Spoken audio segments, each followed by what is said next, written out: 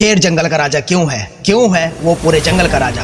बात सोचने वाली है, समझने वाली है। ना ही तो भगवान ने उसे ये वरदान दिया है कि तू राजा बनेगा, ना ही तो उसके पास किसी तरह की सेना है, ना ही उसके पास किसी तरह का राज्य है, ना ही तो वो जंगल का सबसे बड़ा जानवर है, ना ही वो चीते जितना तेज है और ना ही वो लोमड़ी जितना चालाक है। लेकिन फिर भी वो राजा है पूरे जंगल का, क्योंकि वो मानता है। उसे फर्क नहीं पड़ता कि हाथी क्या सोचेगा, उसे फर्क नहीं पड़ता कि चीता क्या सोचेगा, उसे फर्क नहीं पड़ता कि लोमड़ी क्या सोचेगी, उसे नहीं पड़ता फर्क कौन क्या सोचेगा। वो तो बस ये सोचता है कि मैं राजा हूँ इस जंगल का और यहाँ के जानवरों का। उसके पास कुछ नहीं होता लेकिन फिर भी वो मानता है। कहाँ से आई ये ताकत? इट्स अ मेंटालिटी, क्योंकि वो मानता है I am a king of my jungle because of my mentality.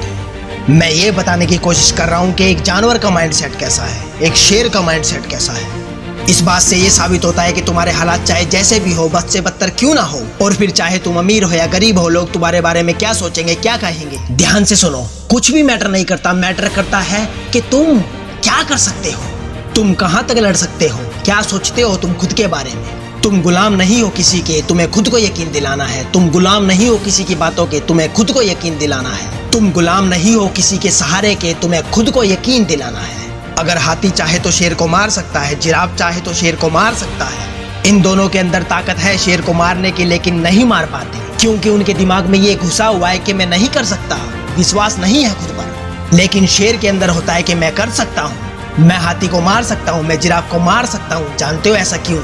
क्योंकि वो ये नहीं सोचता कि मैं कदमे छोटा हूँ, ये कदमे बड़ा है। वो ताकतवर है, मैं कमजोर हूँ। छोटा हो बड़ा हो जैसा भी हो, शेर हौसला रखता है कि मैं मारूंगा। ये एटीट्यूड है एक राजा का। शेर की एक बड़ी खासियत, अगर वो ठान ले कि मुझे इसका शिकार करना है, वो उतरेगा मैदान में, फिर चाहे शिकार हाथी हो या जिराफ, वो शिकार करेगा, वो लड़ेगा, और वो तब तक लड़ेगा जब तक जीत नहीं जाता।